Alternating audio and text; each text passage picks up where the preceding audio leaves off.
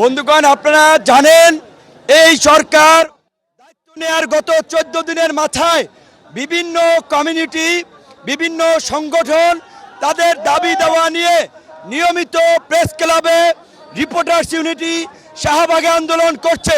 আন্দোলন করা সকলের গণতান্ত্রিক অধিকার আছে, কিন্তু একটা নতুন সরকারকে স্থিতিশীল হওয়ার জন্য আপনাদেরকে সময় দিতে হবে। আমরা সকলকে অনুরোধ করব, আগামী 1 মাস দাবি দেওয়া নিয়ে আন্দোলন না করে আইন শৃঙ্খলা পরিস্থিতি স্বাভাবিক করতে, দেশকে স্বাভাবিক অবস্থায় নিয়ে যেতে সরকারকে সহযোগিতা করুন। তারপরে আপনাদের যার যা দাবি দেওয়া আছে সেই দাবি দেওয়াগুলো সভা সেমিনারের মাধ্যমে তুলে ধরেন, এবং আমরা আপনাদেরকে কথা দিচ্ছি যে এই বৈষম্য নিরসন করার জন্য, দূর করার জন্য, এই এত হাজার হাজার মানুষ জীবন দিয়েছে, এই সরকারের দ্বারা কোনো বৈষম্য হবে না। এই সরকারের নেতৃত্বে আমরা আগামীতে বৈষম্য মুক্ত বাংলাদেশ গড়ে তুলব।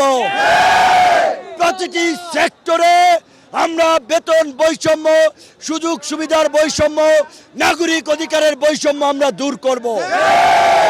এই সরকার আমাদের সমর্থিত সরকার, আমাদের চাহিদার সরকার। কাজেই এই সরকারকে সফল করার জন্য আগামী 1 মাস কোনো ধরনের দাবি দেওয়া নিয়ে আন্দোলন না করে সরকারকে স্থিতিশীল করার জন্য আমাদেরকে সহযোগিতা করতে হবে। একটা বিষয় আপনারা লক্ষ্য করেছেন, আমাদের প্রবাসী ভাইয়েরা গত 24 দিনে বাংলাদেশে 21,000 কোটি টাকা রেমিটেন্স পাঠিয়েছে। এই যে প্রবাসীরা বৈধ চ্যানেলে রেমিটেন্স পাঠিয়ে দেশের অর্থনীতিকে শক্তিশালী করছে, একইভাবে দেশের মধ্যে থেকে আমাদেরকেও সরকারের স্থিতিশীলতার জন্য সহযোগিতা করতে হবে। এবং পরাজিত আওয়ামী স্বৈরাচার এবং তার দোসররা পদে পদে সরকারকে বিতর্কিত করার চেষ্টা করছে, দেশকে অস্থিতিশীল করার চেষ্টা করছে। কাজেই এই আওয়ামী স্বৈরাচার গণহত্যাকারীদেরকে রুখে দিতে পাড়া মহল্লায় আপনারা গণপ্রতিরক্ষা বাহিনী গড়ে তুলবেন।